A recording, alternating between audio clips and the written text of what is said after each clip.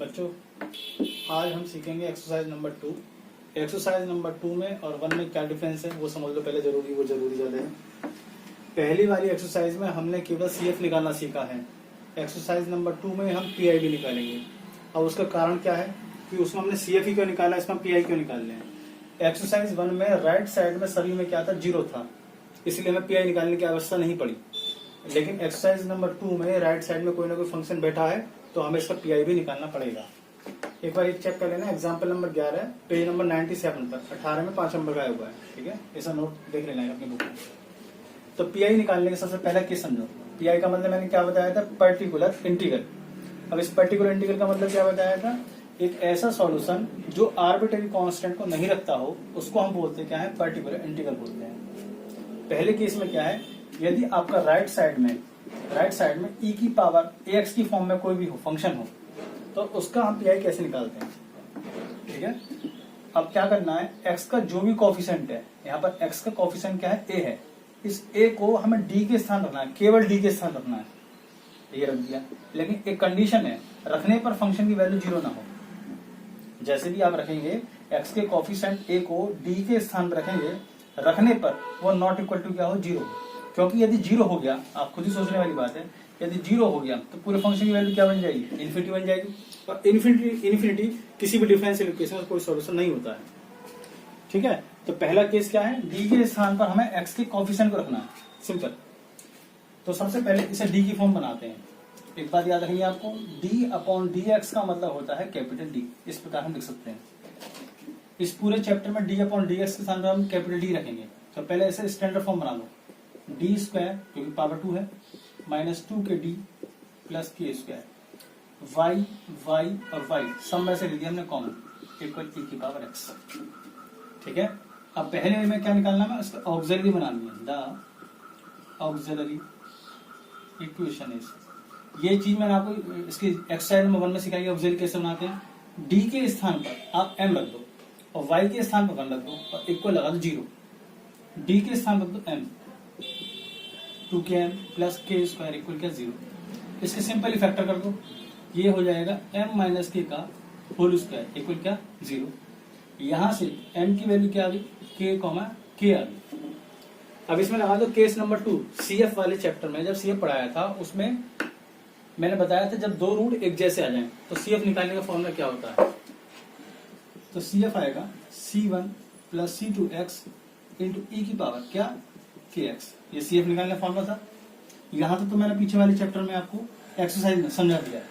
अब इसमें exercise number 2 में नई चीज क्या है, पीआई निकालना है। अब पीआई समझो, पीआई निकालने क्या मेथड है, आप लिखेंगे 1 अपॉन जो भी डी की फॉर्म आ रही होगी, जो भी डी की फॉर्म होगी उसे 1 अपॉन करके लिखना है सबसे पहले। तो लिख दो डी स्क्वायर माइनस 2 के डी प्लस के स्क्वायर इंटू में वो लिखते हैं जो राइट साइड होता है। राइट साइड क्या है, ई की पावर एक्स। बच्चों ये किसी का होल स्क्वायर है, ये है डी माइनस के का होल स्क्वायर है। अब रूल के अनुसार जैसे पीआई का जो मैंने पहले के समझाया था, एक्स के कोफिशिएंट को डी के स्थान रखते हैं, है ना। यहाँ पर एक्स का कोफिशिएंट कितना है 1, तो इसे 1 को हम डी के स्थान रख देंगे। लेकिन कंडीशन क्या है, रखने पर वैल्यू 0 ना हो। तो यदि मैं डी के स्थान पर 1 रखता हूं तो 1 माइनस के 0 तो हो नहीं सकता, तो रख देंगे ई की पावर एक्स 1 माइनस के का होल स्क्वायर। सिंपल, ये हमारे पास पीआई आ गया। जब मैंने पीछे वाली एक्सरसाइज में आपको समझाया था y इक्वल क्या होता है, सीएफ प्लस क्या होता है, पीआई होता है। फॉर्मूला होता है complementary factor plus particular integral का होता है। तो सीएफ हमारे पास क्या है, c1 प्लस c2x ई की power kx plus pi add कर दो ई की पावर x अपॉन 1 माइनस के का होल स्क्वायर। ये कंप्लीट आपका सॉल्यूशन होगा। स्क्रीनशॉट ले लो बच्चों। अब देखें क्वेश्चन नंबर 2 देखें। सबसे पहले क्या करेंगे, इसे डी की फॉर्म में लिखेंगे। जैसे मैंने बताया कि डी अपॉन डी एक्स के स्थान पर हम क्या रखते हैं, कैपिटल डी रखते हैं। कैपिटल डी रख दो तो D square plus 2d plus 1 और सभी में से y कॉमन आ गया इक्वल टू ई की पावर क्या 2x। पहले स्टेप हम निकालते हैं auxiliary, the auxiliary equation is.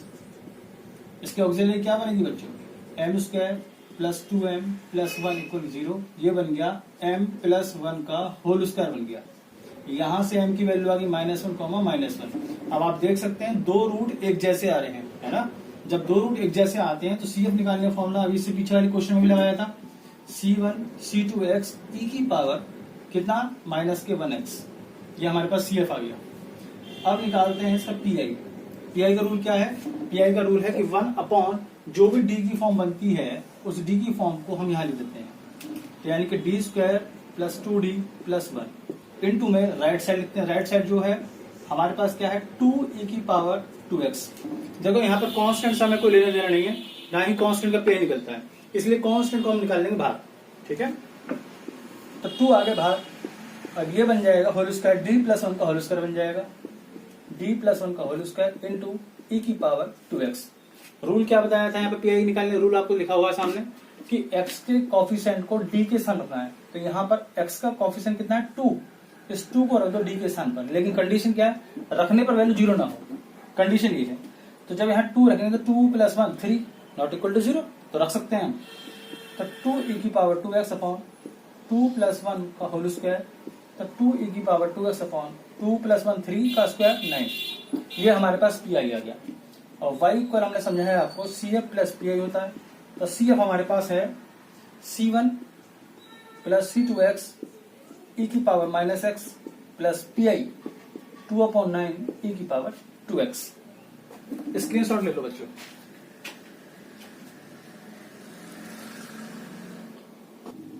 Question number देखें 3 देखें, d2y/dx2 plus dy/dx plus y equal e की पावर x। सबसे पहले d फॉर्म बनाओ, तो d² plus d plus 1 into y equal e की पावर x।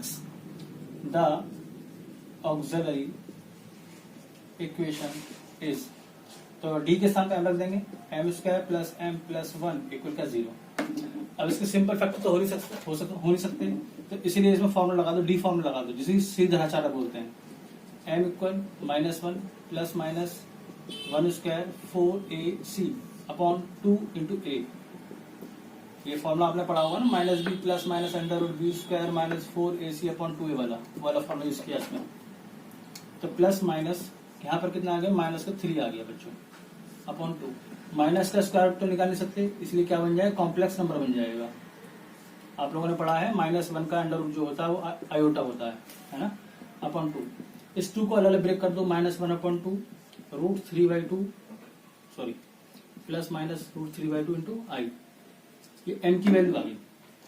अब यहाँ पर ध्यान देने वाली बात यह है कि m जो आ रहा है एक कॉम्प्लेक्स नंबर आ रहा है। यदि कॉम्प्लेक्स नंबर होता है तो CF निकालने का फॉर्मूला आपको याद होना चाहिए, पीछे जैसे समझाया था आपको CF निकालने का फॉर्मूला। e की पावर जो रियल पार्ट होता है वो e की पावर में लगता है, -1/2x C1 cos, यहां पर लेते हैं इमेजिनरी पार्ट यानी कि √3/2x plus C2 sin √3/2x। ये CF हमारे पास आ गया, क्योंकि रूट हमारे पास कॉम्प्लेक्स है तो ये कॉम्प्लेक्स का फॉर्मूला होता है। e की पावर में वो लिखते हैं जो रियल पार्ट होता है, और cos और sin के कोफिशिएंट में हम वो लिखते हैं जो i की कोफिशिएंट होता है, इमेजिनरी पार्ट जो होता है। अब निकालते हैं इसका क्या, PI बराबर 1 अपॉन, जैसे बताया इसको d फॉर्म को हम कहा लिखते हैं, इसके अपॉन में लिखते हैं d² plus 1 d plus 1 into कितना e की पावर x। रूल क्या है, रूल ये है x का जो भी कोफिशिएंट होगा उस कोफिशिएंट को हम d के स्थान रखेंगे, लेकिन कंडीशन क्या है, 0 नहीं होना चाहिए। वैसे 0 नहीं होगा क्योंकि सभी जगह क्या है, प्लस है। और जब 0 हो जाएगा, बाई चांस ऐसे भी क्वेश्चन आपके सामने आएंगे, जब x के कोफिशिएंट को हम जब d के स्थान रखेंगे तो 0 हो जाएगा। वो आगे चल के समझाया जाएगा उसका सॉल्यूशन कैसे निकालते हैं। फिलहाल अभी से समझ लो, e की पावर x अपॉन 1 का स्क्वायर प्लस 1 प्लस 1 यानी e की पावर x अपॉन 3, यानी y इक्वल क्या होता है, CF प्लस PI होता है।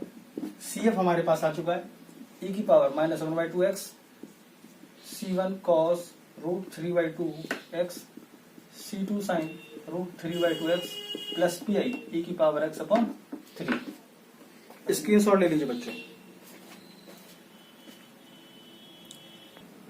क्वेश्चन नंबर देखें 5th। इस 5th में कुछ खास तो है नहीं, ऐसा कोई खास, लेकिन फिर भी समझ लो। पहले डी फॉर्म लिख लो, d की power 3 plus 6d² plus 11d plus 6 into y e की पावर 2x। सबसे पहले निकालते हैं auxiliary, the auxiliary equation is, D के स्थान पे क्या रख देते हैं, m रख देते हैं, तो m की power 3 plus 6m square plus 11m plus 6 equal क्या 0। अब थोड़ा ध्यान देने वाली बात है, ये जो इक्वेशन बन रही है ये इक्वेशन बननी है क्यूबिक इक्वेशन, इसे सिंपल तरीके से सॉल्व कर सकते हैं। यहाँ पर हमें m की ऐसी वैल्यू लेनी होती है जो इसको 0 कर दे। तो m बराबर सबसे छोटी वैल्यू सोचो, 1 -1 2 -2 3 -3 जो भी से 0 बना दे। पहले 1 रख के देखते हैं, 1 से तो बनेगा नहीं क्योंकि सब जगह क्या है प्लस है, तो 0 तो बन नहीं सकता, इसलिए m बराबर -1 रख के देखो, -1 की पावर 3 -1 का स्क्वायर -1 प्लस 6, चेक करो 6 और 6 12 और 11 और 1 12, तो 0 बन जाएगी। यानी -1 रखने से हमारी जो इक्वेशन है वो सेटिस्फाई हो गई है। तो आप क्या करेंगे, लिख देंगे m इक्वल -1 सेटिस्फाइड। सो इस -1 को लेफ्ट साइड ले आओ, m प्लस 1 इज फैक्टर हो गया। अब जो ये फैक्टर होता है इस फैक्टर से इसको करते हैं डिवाइड, m प्लस 1 से, m प्लस 1 से करते डिवाइड, m की power 3 6m square 11m plus 6 से डिवाइड कर दो। m स्क्वायर की गुणा करोगे m में m की पावर 3, m स्क्वायर से 1 में मल्टीप्लाई करोगे m स्क्वायर माइनस प्लस, कितना बचा 5m square plus 11m। m में किससे मल्टीप्लाई करें, 5m स्क्वायर आ जाए, 5m से मल्टीप्लाई कर दो तो 5m square plus 5m minus minus 6m plus 6, आप किससे कर दो 6 से, ठीक है। तो इस इक्वेशन का एक फैक्टर क्या था m प्लस 1, दूसरा ये जो आता है क्वेश्चन जो आता है m square 5m plus 6 equal क्या 0 आ गया। अब इसके कर लीजिए बच्चों, फैक्टर कर लीजिए, तो m प्लस 1 इसके फैक्टर क्या होंगे m प्लस 2 और m प्लस 3 ले जाएंगे, तुम पकड़ने आते हो अपना कर लेंगे। m की वैल्यू यहाँ से आगे -1 -2 -3, 3 हमारे पास इसके रूट्स आ गए। अब 3 जो रूट्स आए हैं ये तीनों के तीनों रूट्स डिस्टिंक्ट हैं, अलग अलग हैं, और तीनों के तीनों क्या है रियल हैं। तो केस नंबर 1 लगा दो, CF वाला। केस नंबर 1 में क्या बताया था, C1 e की पावर m1x, m1 की वैल्यू कितनी है -1, इसी प्रकार C2 e की पावर m2x, mt की वैल्यू -2, और इसी प्रकार -3x। इजी है, पीछे समझाया है वाला मेथड मैंने आप लोगों को। मेन चीज तो इसमें क्या है, पीआई निकालना है बच्चों। पीआई बराबर जो डी फॉर्म होती है, मैं बार बोल रहा हूँ, जो डी फॉर्म होती है उसे 1 अपॉन कर लिखते हैं, डी की power 3 6d square 11d plus 6 into right side की वैल्यू लिख दो e की पावर 2x। बच्चों सभी में क्या है प्लस का साइन है, और यहाँ भी 2 कैसा है प्लस का ही है, तो वैल्यू रखने से 0 तो बन नहीं सकता है ना। तो हमें क्या रूल बताया था, जो x का जो कॉफिशेंट होता है उस कॉफिशेंट को हम d के स्थान पर रखते हैं, तो रख दो। तो 2 की power 3 plus 6 into 2 square plus 11 into 2 plus 6 e की पावर 2x, यानी e की पावर 2x अपॉन 8 24 22 प्लस 6 क्या आ जाएगा 60 आ गया। तो y इक्वल हमारे पास क्या फॉर्मूला है, CF प्लस PI। CF हमारे पास ये आ चुकी है, C1 e की पावर -x, C2 e की पावर -2x, C3 की पावर -3x प्लस e की पावर 2x अपॉन 60। चलिए स्क्रीनशॉट ले लीजिए बच्चों।